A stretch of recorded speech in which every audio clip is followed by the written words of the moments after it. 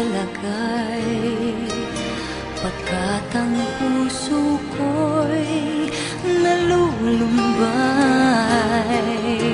Sana ay pagkaingatan mo ito at tandaan mo ang isang pangako.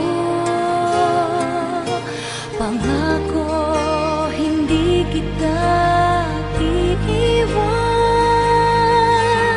Pangako, di ko pababayaan.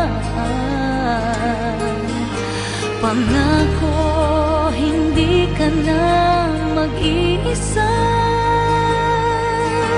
Pangakong magmula ngayon'y tayo